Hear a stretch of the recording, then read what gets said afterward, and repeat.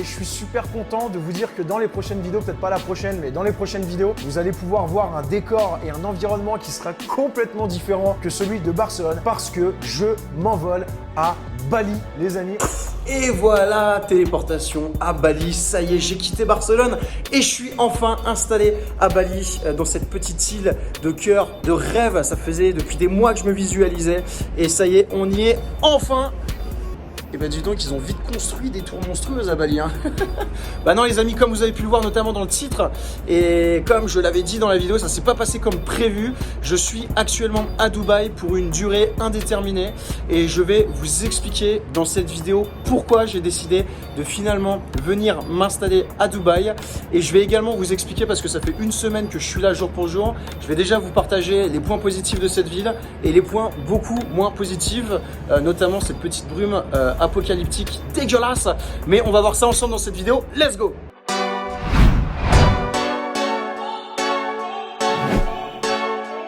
Go hard, go home, go hard, go home,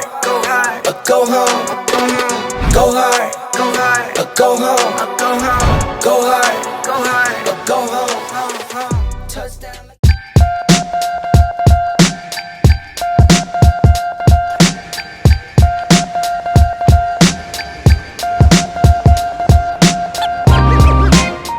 Vous pouvez voir, pour ceux qui avaient déjà vu la petite vidéo escapade au Maroc pendant un week-end où j'avais loué une Ford Mustang, on s'était fait plaisir.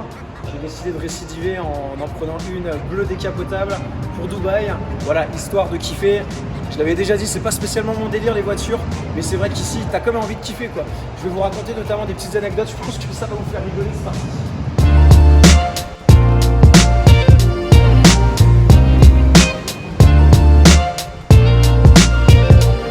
Alors concrètement, qu'est-ce que je fous à Dubaï alors que là, normalement, je devrais me trouver à Bali. Surtout que ça fait plus d'1 an que je prépare le voyage, que je me visualise là-bas. Malheureusement, la crise sanitaire a fait que ça n'a pas pu se faire, notamment à cause du coronavirus. C'est la deuxième souche qui est apparue, qui est beaucoup plus contagieuse. Donc ils ont tout simplement, l'Indonésie a fermé ses frontières, ce qui a fait que du coup j'ai pas pu m'y rendre directement. J'avais prévu d'y aller le 15 janvier. Ils ont fermé leurs frontières jusqu'à on sait pas quand. On a très peu de visibilité à ce niveau-là. Donc c'est vrai que c'est très compliqué. Donc j'ai tout simplement décidé de venir temporiser à Dubaï, notamment parce que j'ai aussi créé un mastermind en France. Donc pour ceux qui ne savent pas ce que c'est un mastermind, c'est un regroupement d'entrepreneurs qui font un minimum de grosso modo 100 000 € de chiffre d'affaires par mois et qu'on va accompagner pendant 12 mois pour aller faire le 1 000 000 €. Donc c'est une vingtaine d'entrepreneurs qui sont avec nous. Donc on va suivre pendant 1 an et on a prévu de faire 4 rencontres sous forme d'immersion pendant 3 jours. Donc fin mars, juillet, octobre et janvier 2022.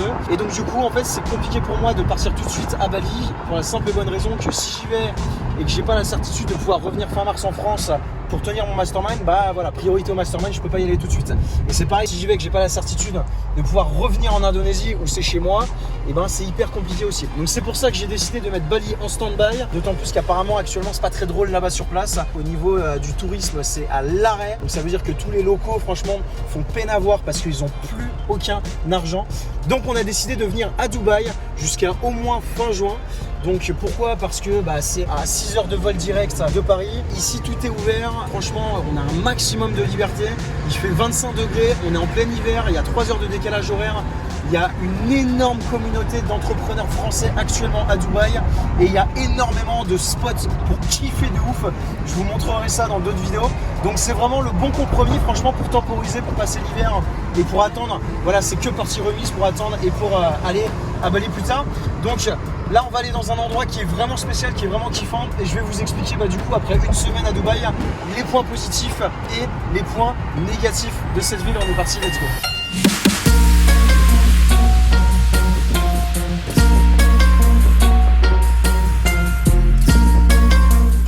Ok, donc maintenant je vais vous parler des points positifs et des points négatifs de Dubaï. Bon déjà le premier point positif c'est ça. Là on est le 22 janvier, il fait 25 degrés. Voilà, t'es à la plage, tu vas dans un beach club, tu kiffes sa vie de ouf. Donc ça franchement, quand tu sais qu'en France bah, il fait 3 degrés, il pleut, en plus avec la situation actuelle, les confinements, les machins, les trucs. Enfin, voilà, on est vraiment mieux ici, il n'y a pas photo. Le premier point c'est la météo, donc là je vous parle pour maintenant, hein. Bien évidemment quand on sait que l'été il fait 50 degrés et tout, bon voilà. Moi, de toute façon j'ai pas prévu de rester jusqu'à cet été. Mais météo, premier point. Ensuite, le deuxième point que je kiffe avec Dubaï, que cette ville elle est dans le turfu en fait. C'est-à-dire que les prouesses humaines qu'ils ont été capables de faire en si peu de temps, en 30 ans, parce que quand tu sais qu'il y a 30 ans, il n'y avait rien ici, c'était simplement un port de pêche, il n'y avait que dalle quoi. Et là en 30 ans ce qu'ils t'ont fait, mais juste tu pètes les plombs quoi. C'est impressionnant. Donc tu es dans le futur et en fait ça te donne une énergie mais de malade mental. Tu sais que à Dubaï les choses se passent, il y a énormément d'entrepreneurs, il y a énormément de businessmen, il y a énormément d'investisseurs. Et en fait ici tu sais que tu es tout petit, tu sais que tu as tout à faire et tu sens cette énergie qui te prend au trip et tu as vraiment envie de sortir encore plus de ta zone de confort, de te challenger, de faire des choses que tu n'es pas habitué à faire. Je vous donne un exemple très simple. Moi j'ai vécu à Barcelone pendant 1 an dans un penthouse qui était front de mer, vue sur la mer, vue sur la ville. Au 25e étage, c'était clairement le dernier étage. Bah là concrètement, tu vois, tu sais que tu es en place. Ici, tu sais que t'es pas en place. Tu sais que t'es en place de rien du tout. C'était un charclos, hein. Vraiment, tu fais des millions, ça vaut R ici, ça vaut rien. Donc justement, ça te challenge, ça te motive. Donc ça, c'est cool. Autre raison que je kiffe à Dubaï, c'est que forcément, en ce moment, c'est le Covid. Ça va sûrement reconfiner partout en Europe, en France, etc. Encore une fois, pendant l'hiver, je l'ai dit. Ici, à Dubaï, il y a tout qui est ouvert. Tu dois juste porter le masque. Bon, et encore, t'as vu, là, je suis sur la plage, pas de masque. Mais il y a tout qui est ouvert. Les restaurants, c'est ouvert. Les bars, c'est ouvert. Les beach clubs, c'est ouvert. Il y a tout qui est ouvert, sauf à la rigueur, les boîtes de nuit où t'es hyper serré. Ça, effectivement, c'est pas ouvert. Mais en vrai, il y a tout qui est ouvert. Tu veux aller te prendre un petit mojito dans une piscine rooftop au 52e étage, tu peux sans problème. Et ça pète pour un 20 janvier, très clairement. Donc ça, c'est vraiment un aspect super positif. Un autre aspect positif de Dubaï que j'aime beaucoup, c'est que il y a beaucoup d'entrepreneurs français, notamment dans la sphère infopreneuriale. En ce moment, tout le monde vient à Dubaï parce que voilà, c'est une des villes aujourd'hui où tu as plus de liberté encore. Franchement, ça fait la diff. Donc ça veut dire que tu rencontres énormément de monde qui eux-mêmes te font rencontrer du monde, etc. Voilà, tu découvres des personnes. Ça, c'est super. Donc ça, pour moi, c'est un gros point positif. Autre point positif de Dubaï qui est bien, c'est que au niveau de la sécurité, je l'avais déjà entendu et c'est vrai que tu te sens en sécurité. Voilà, il n'y a pas d'agression ici, il n'y a rien du tout. Ça fait aussi partie des points négatifs, je vais en parler tout à l'heure. Faut pas trop parler chinois ici, faut pas trop faire le ouf parce que sinon tu vas te faire monter en l'air poteau. Vraiment, tu te fais soulever en 2 secondes. Faut pas, vraiment, t'es pas chez toi, fais pas n'importe quoi. Il y a des règles ici et il faut les respecter. Donc, qu'est-ce qu'il y a d'autre de positif? Ouais, la propreté, c'est très propre. Enfin, tu sais même pas comment ils font pour que ce soit aussi propre. Tu pourrais dormir par terre sans problème. Donc ça, c'est vrai que c'est un très bon point. Grosso modo, c'est pour toutes ces raisons-là que j'ai décidé de venir à Dubaï. Donc moi, je vais rester jusqu'à fin juin et comme ça, après en juillet, j'ai un mastermind. Comme je l'expliquais tout à l'heure, je dois revenir en France fin mars et en juillet. Et ensuite, en espérant que la situation va s'améliorer, je partirai à Bali du coup en juillet-août, voilà, pour me faire une petite année à Bali. Donc maintenant, je vais vous parler des points négatifs de Dubaï. Ça fait qu'une semaine que je suis là, mais je peux déjà et je vous referai bien évidemment d'autres vidéos pour vous faire suivre un petit peu l'évolution de ce que j'aime, de ce que j'aime moins. Le premier truc que j'aime pas, c'est que écologiquement, c'est un désastre, absolument une catastrophe. Donc forcément, la ville s'est développée, c'est inspirant, c'est le futur. Ensuite, au niveau de la politique du pays, c'est une politique quand même assez raide, du droit de la femme, du droit de la sexualité, les gays, etc. Tout ça, c'est interdit ici. Ensuite, c'est une ville quand même, voilà, qui est... Enfin, tout est false, hein. C'est une ville qui fait très fake. Tu sais que t'es dans le désert. Ça fait un peu bizarre de voir tout ce qu'ils ont réussi à construire, même beaucoup de verdure. Et ça, c'est un petit peu dérangeant quand même. Tu sens que tout est beau en apparence. Tout est magnifique en apparence, tout le monde veut montrer sa richesse, montrer sa réussite, montrer son succès.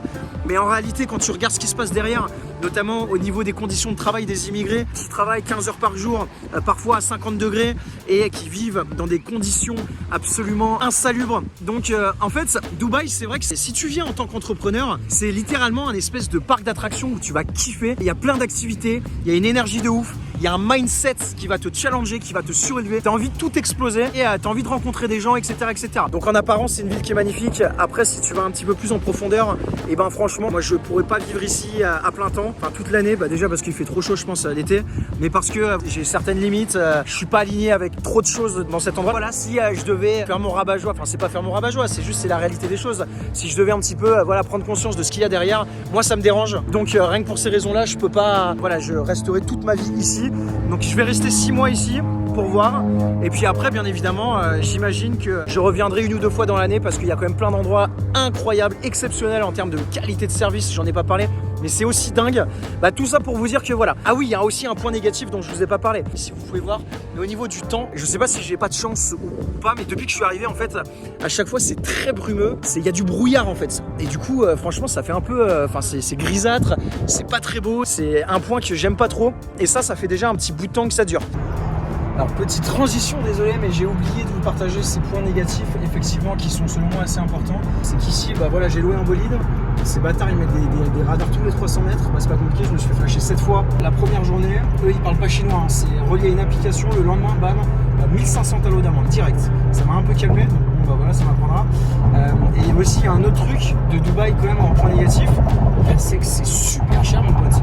C'est super cher. Je te montrerai dans une autre vidéo, je te ferai une petite visite de mon appartement. Bah là, tu vois, typiquement, cet appartement-là, je l'ai négocié en plus, hein, et je le loue quand même 6500 € par mois, donc tu pourras voir, c'est très très cher. Si tu veux être dans le centre, tout ce qui est loyer, tout ce qui est logement, c'est extrêmement cher si tu veux vivre tout seul. Si tu veux avoir un truc décent, un truc bien, c'est vraiment très cher.